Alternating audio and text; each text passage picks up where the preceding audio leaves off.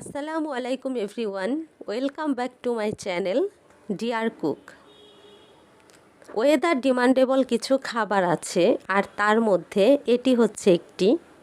তাহলে চলুন পুরো ভিডিওটি দেখে নেওয়া যাক।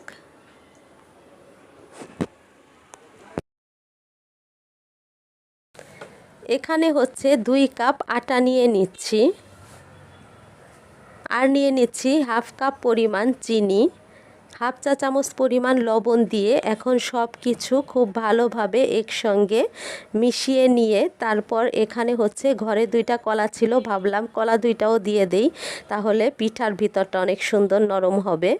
সেজন্য কলাটা চটকে নিয়েছি, এখন এটা দিয়ে দেব। এখন অল্প অল্প করে পানি দিয়ে এই সব কিছু একসঙ্গে ভালোভাবে মাখিয়ে নিচ্ছি।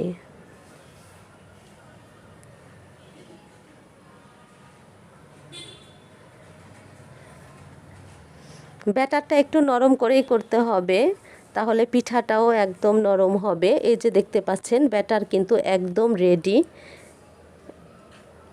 এখন আমি পিঠাগুলো বানাতে চলে যাব।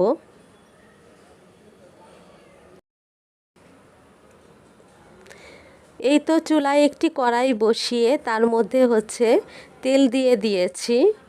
তেলটা বুদবুদ উঠছে, তার মানে গরম হয়ে গিয়েছে। এখন হচ্ছে টপ টপ করে সবগুলো পিঠা এর মধ্যে দিয়ে দিব।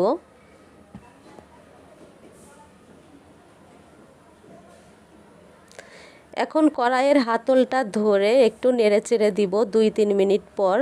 আর যখন এক পাশ হয়ে যাবে তখন হচ্ছে এগুলোকে উল্টে পাল্টে নিব। এই যে দেখতে পাচ্ছেন এই সাইড হয়ে গিয়েছে, এখন উল্টে দিচ্ছি।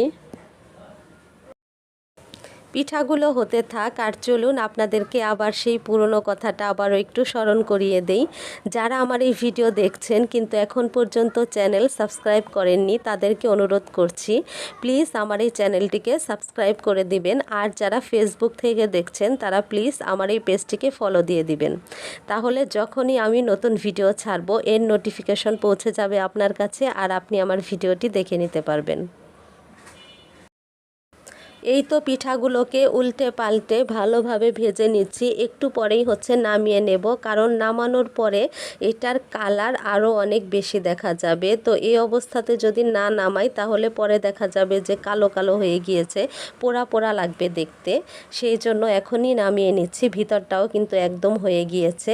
আর এইভাবে আমি সবগুলো পিঠা বানিয়ে নিচ্ছি। এই তো দেখতে পাচ্ছেন সবগুলো পিঠা কিন্তু বানানো শেষ, আর মাত্র 2 কাপ আটা দিয়ে কতগুলো পিঠা হয়েছে, তাও বড় বড় সাইজের।